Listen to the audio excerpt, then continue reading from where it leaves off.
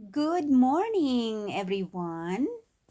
Dito naman ang video ko sa mga halaman ng aming mommy dito sa kanilang lugar sa Eastern Finland.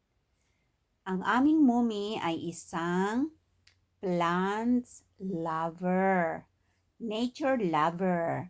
At ang kanyang mga halaman dito, ang iba ay round the year nagkakaroon ng mga bulaklak. Katulad nitong, kung tawagin dito ay poslene.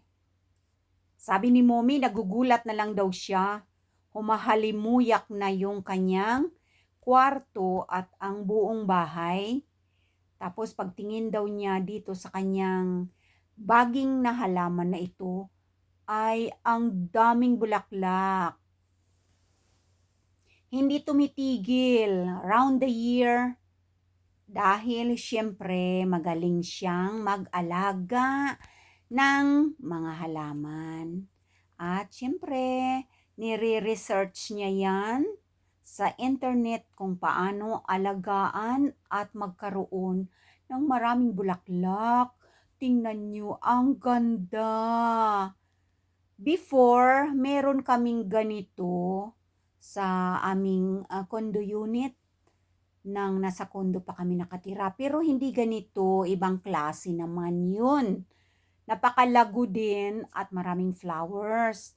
Kaso, nung nag-move na kami, ibinigay na lang namin sa zoo. At ito nga, ang mga pira-piraso ay ibibigay sa akin ni Mommy para itry ko din na alagaan sa aming bahay. Itong halaman na to kung tawagin is snake plant. Tapos itong baging na to, matagal ng panahon na binigay namin kay Mumi. At ang bulaklak niyan kulay puti na para siyang greenish. Itong nasa baba ng baging na may flower. Sa ngayon walang bulaklak. O diba yan? Nakabitin lang ito dito sa kanyang kwarto sa bintana. Kasi palaging may sunlight ang buong kabahayan. Kita nyo, ibibigay sa amin ni Mommy itong plant. At ito ay ang isang klase. Kasi dalawang klase. So, pagsamahin ko na lang sa isang paso. At ito ang monkey tail. May mga roots na yan. Sabi niya, i-plant ko na lang siya sa magkahalong sand and garden soil. Yan. Sana mapalago ko, di ba? O ito dito bandang kusina naman na bintana. Round the year din ang pamumulaklak nito. At marami pang kaming mga buds pa lang na na magbo-blooming pa later. Dito naman sa kabilang area ng kanyang corner ay ang kanyang mga collection.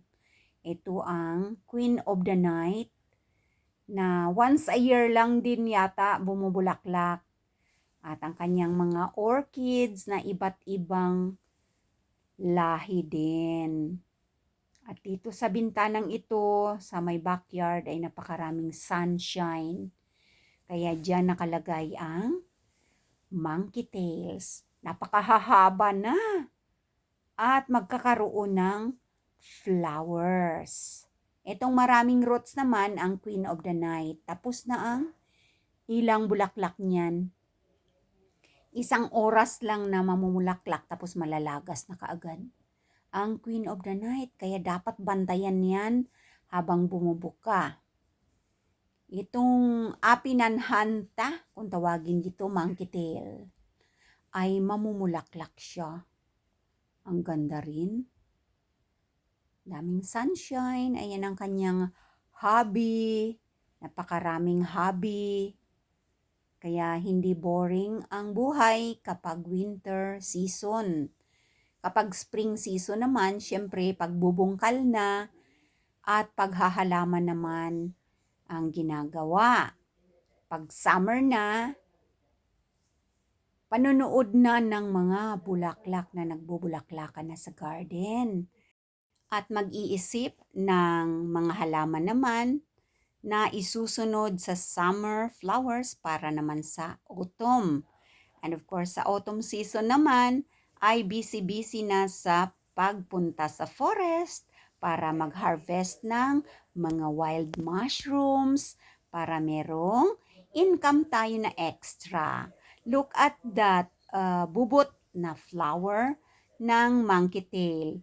Kamukha talaga siya ng vatog ng mumoy, di ba? O, parang vatog talaga ng mga monkeys sa gubat.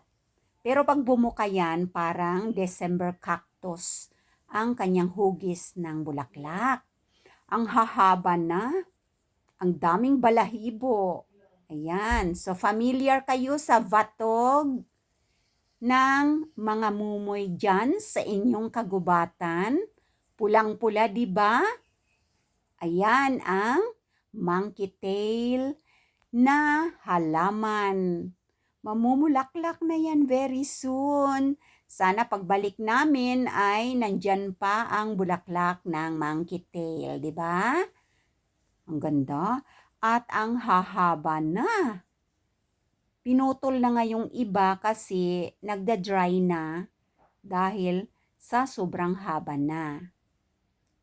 At ang mga puslini naman sa kabilang side ng bahay ay ang bango. Humahalimuyak yung buong kabahayan ni Mumi.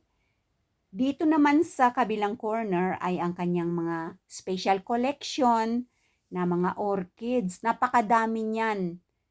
Yung iba nasa terrace at yung iba naman ay nakababad sa rainwater para sa mga ugat, para mga daliri, no? Imagine, napakahirap buhayin ng ganitong mga tropical plants dito sa Finland dahil nga may 4 season. At sa loob ng bahay ay very dry dahil may heater. At sa labas naman ay freezing kapag winter dahil panay snow lang. Pero think of that, nabubuhay lahat ni Mumi ang kanyang mga collections at napapabulaklak pa niya dahil green fingers si Mumi kaya magaling siyang mag-alaga ng kanyang mga collections na mga halaman. Kaya hindi boring ang buhay kahit nag-iisa ka kapag marami kang hobbies. Shout out and thank you very much, members, super chatters, viewers, and subscribers.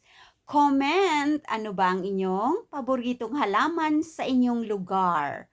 Enjoy lang. Maraming salamat ulit. See you again next time. Like. Bye-bye.